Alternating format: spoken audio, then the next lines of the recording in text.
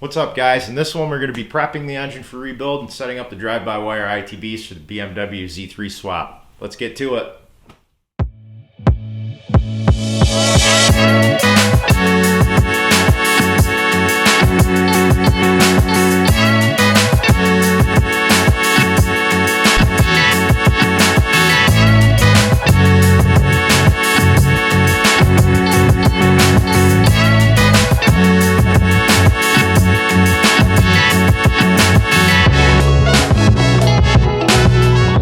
Working on new coil brackets for smart coils for this thing. Just going to clean it up a lot. I'm going to put one down here and one up here, make that bracket. I already started working on converting the ITBs to drive-by-wire. I got to go get some argon so I can TIG weld this bracket together. But so far, everything works. It's got its throttle stop deal. So it comes back, closes, and then works fine. So let's get into this bracket a little bit and see where we end up. All right, got a little bit done in this bracket here. As you can see, we got the welder out, all that good stuff, a bunch of tools. And so that's how it's pretty much going to look sitting on top of the engine. Obviously not using this oil filler neck. I'm switching over to a different center plate that I've did a little bit different porting on this time. So I got to bend a couple brackets up here, get this in place, you know, something like that, get this bracket all cleaned up and painted up. Started sandblasting the rotor housings and stuff like that, and did a little bit of work on the intake manifold internally wise. And like I said, I already started working on the throttle bodies here. I'm going to get a little more into that on this as well. Going to be using a RX-8 E-shaft, stationary gears, and rotors out of a 6-port. The rotors are actually machined for RX-7 seals. I had the issue before with this engine, found out that the rotors were improperly machined. So I have another set of rotors right there, and even if I need to do the other rotors, I have a set of oversized apex seals. So that's where we're going with the internals on this thing. It made good power before in the FC. It ran at 13.5 at 100 miles an hour and fully dressed in that every last thing that you could think of, full stereo, all that good stuff. So let me get this welded up, cleaned up, and show you finished product here, I guess. Let me get right to it. All right, let's get to this.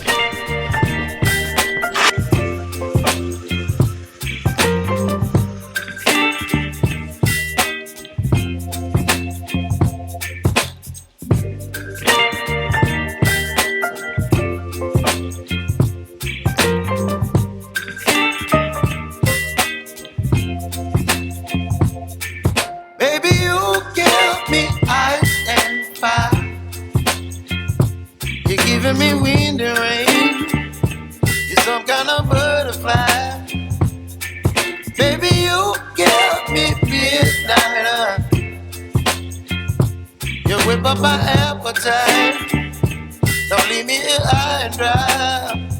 Oh, well, I don't wanna jinx it, baby, and twist myself at the spine. Don't wanna overthink it, baby. It's just tweak your body and mine. Baby, you give me ice and fire. You're giving me wind and rain.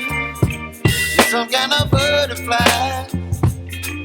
Baby, you give me midnight. You whip up my ass. So apparently the camera shut off while I was doing the coil brackets here. So here they are. They're all finished up, all bolted down, not going anywhere. Made the plug wires for it. Pretty clean setup for the most part. And got this all TIG welded on.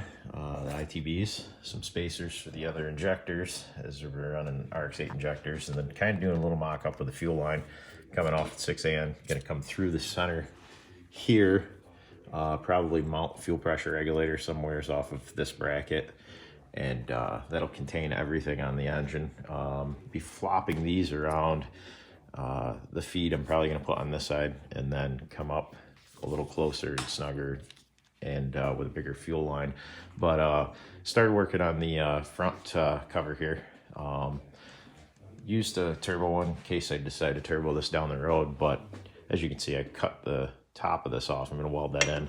So normally it would be like so, but I'm going to do some crankcase ventilation here. So welding that closed, putting the 8AN fitting on here for catch can, because I'm going to be plugging up that one. Actually, this one in here, if you can see it. So that's getting plugged because of the coil packs, so you're going to be right in the way. So right there, so crankcase ventilation. So I'm going to get to welding that, get that done, and then finish cleaning up this front cover and get it sandblasted. I just did that with the irons, so we're moving along pretty good here. So let me get to it. Well, got myself buried in projects here, so this video's been taking me a long time to make, but we'll get back to getting this done. I kind of got into another front cover project in the middle of this, but so I don't like to be secret about everything. I'm porting in this engine. It's MSP street port with a bridge. But anyways, the whole idea of showing this was, like I was saying, we're blocking off that port, which you can just take a regular standard M8 1.5 tap, run it right down the hole. You don't even need to drill it. Put an oil plug in, done. And well, I said we were going to get into these throttle bodies a little bit, so we'll get into these throttle bodies a little bit. Unfortunately, I lost all the clips. They are Cbr1000rr throttle bodies that I converted to drive-by-wire. I'm going to pull up the clips, put them up on here, talk to you about them, exactly what I did to make these drive-by-wire. So let's get into it. So what we got here is an RX-8 throttle body that I cut up, well, hacked up anyways, shortened the shaft, and then put a keyway into it. At this point, this is where I had to take the CBR throttle bodies apart. I had to get the shaft out, that way we could modify it to attach to the other parts.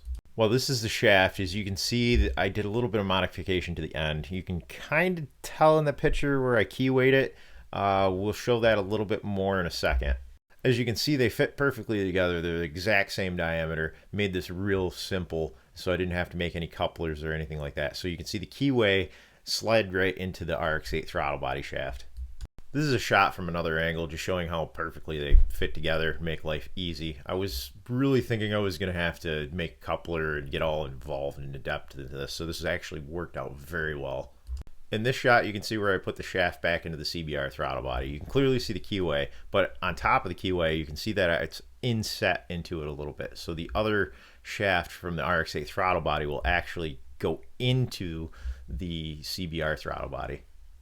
At this point, this is where I test fitted the RX-8 throttle body into the side of the CBR throttle bodies. They fit together well. I had to trim it down a little bit more, and then I had to come up with a solution to mount this permanently. Well, not permanently, so I could actually take it off if I have to service it. At this point, I had to take the RX-8 throttle body and the CBR throttle body and set the adjustment on them, because the ECU commands them to close all the way. They're actually open just a little bit with the ECU not on. So at that point, I had to make sure they were open just a tad. That way, when it commands it, they'll actually shut a little bit. So apparently, with losing all the video clips that I had of this, I lost the other picture. So I just snapped this one quick. As you can see, this is all mounted. Well, what I had to do is take a piece of aluminum angle iron, TIG weld it to the side of the throttle bodies. Obviously, drill a couple holes to mount the old throttle body mounts onto the side of it. So it's all fit together perfect here, and precisely, so it closes where it's supposed to close, opens where it's supposed to close, goes the whole 100%. Actually, it goes over 120%. So I had to remove the throttle stops on the CBR throttle bodies. So obviously, with all the mishaps I've had in filming this, it's been a 3-week process on this video. I've finished the engine. I still have to throw it back together. Like I said, I've made other videos of putting engines together, so I'm not going to do that in this one. But we'll show you how this turned out and what it's going to look like before it goes into the car.